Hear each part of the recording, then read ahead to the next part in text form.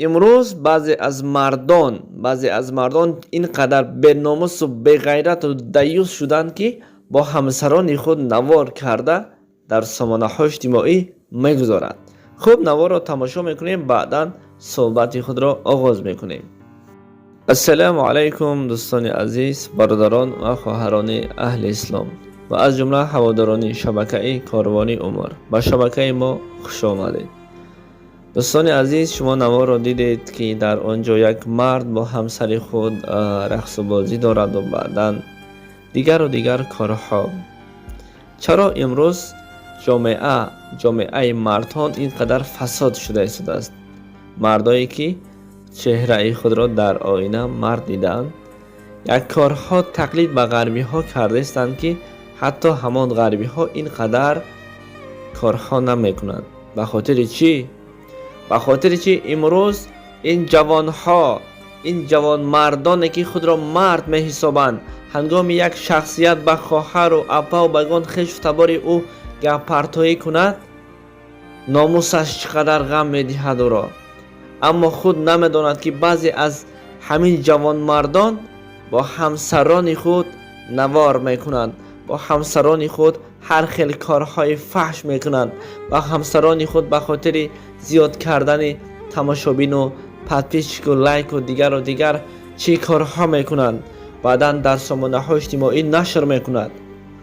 چرا اینقدر امروز جامعه مسلمان ها مردها اینقدر دیوس شده استند؟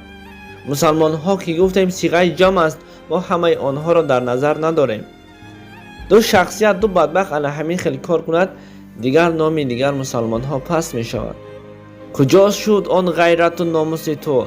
کجا شد آن مردانگی تو؟ مرد تنها سه چیز دارد: ناموس، غرور و غیرت و شجاعت و دیگر. ناموس را که از دست دادی، غیرت را که از دست دادی، شجاعت را که از دست دادی، دیگر تو مردیت باقی نیست. فراموش نکن ای برادر عزیز.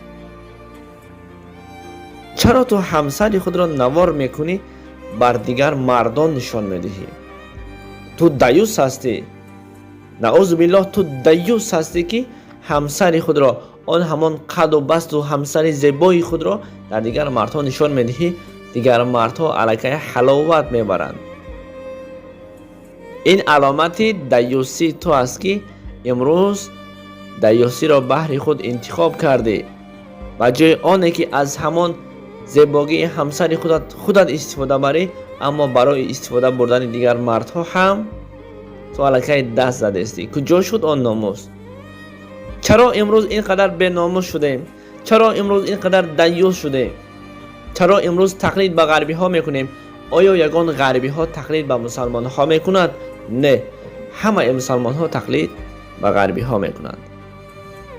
به خاطر هر یک لحظه، هر یک ثانیه و هر یک دقیقه و هر یک ساعت هایی که شما در سامانه های اجتماعی نشر میکنید، این یکی از علامت و یکی از نشانه های قیامت انا همین است. دوستان عزیز، پاپولار شدن اینترنت، بی‌راه شدن دختران، زنها، مردها.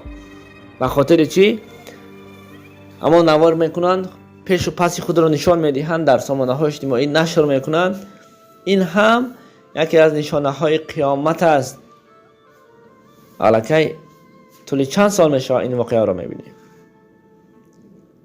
ای مردان، کمی مرد باشید، کمی شجاعت، کمی غیرت، کمی غرور، کمی ناموس بهر خود قبول کنید.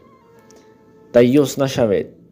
با خواهر و همسر خود نوار نکنید. دیروز یک نوار رو دیدم، من دختری خیلی دختری کلان است، با دادرک مایدک خود نوار کرده است. در او باره مالی صحبت میکنیم. خداوند همه مردان را توفیق و ایمان مستحکم، ناموس را